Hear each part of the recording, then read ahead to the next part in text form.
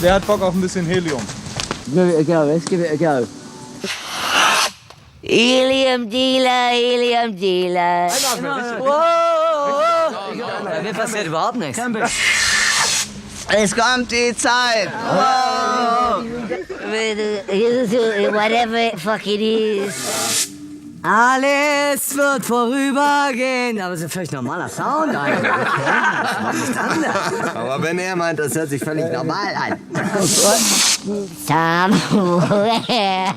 Wir müssen erklären, warum hier zufällig Helium rumsteht. Ja, der Vollmond, den wir da sehen, das ist nämlich gar kein Vollmond, sondern das ist ein Heliumballon. Wir stehen hier mitten im Wald und plötzlich finden wir diese Heliumquelle, oder was soll ich erzählen? Was da hinter dem Haus? Wir haben immer Helium dabei. Ich habe eine Artikulationsschwierigkeiten in Deutsch. Tut mir leid.